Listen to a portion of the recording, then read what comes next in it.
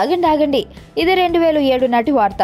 అప్పటికి ఇంకా హీరో అవ్వాలని కూడా అల్లు శిరీష్ కూడా అనుకొని ఉండడు. అయితే అప్పట్లో జరిగిన ఒక సంఘటన గురించి ఇప్పుడు చెప్పుకొచ్చాడు ఈ యంగ్ హీరో. ఇంతకీ ఏం చెప్పాడో తెలుసుకోవాలని ఉందా? Let us go. Power star Pawan Kalyan చాలా సెన్సిటివ్ పర్సన్ అని మనందరికీ తెలిసిన విషయమే. ఈ మధ్యన ఒక ఫ్యాన్ చనిపోయినప్పుడు అతని ఇంటికి వెళ్లి ఆయన కన్నీటి పర్యాంతమయ్యారు. అలాగే క్యాన్సర్ తో పీడించబడుతున్న చిన్నారులను కలిసినప్పుడు కూడా పవన్ కన్నీరు పెట్టుకున్నారు. అంతకంటే ముందు శిరీష్ విషయంలో కూడా ఇలాగే జరిగిందట. 2007లో నాకు ఒక కార్ యాక్సిడెంట్ అయ్యింది. నన్ను ఐసీయూలో పెట్టారు. ఆ సమయంలో పవన్ కళ్యాణ్ గారికి నాతో అంతగా పరిచయం లేకపోయినా కూడా నన్ను చూడ్డానికి వచ్చి ఆయన కన్నీళ్లు పెట్టుకున్నారు.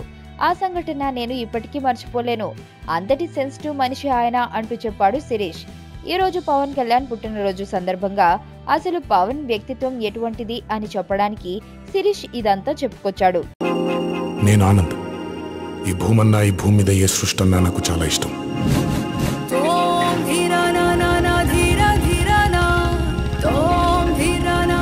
చెట్లు, మొక్కలు, గాలి, నీరు, వాటిని కాపాడుకోవటమే నా పని కూడా.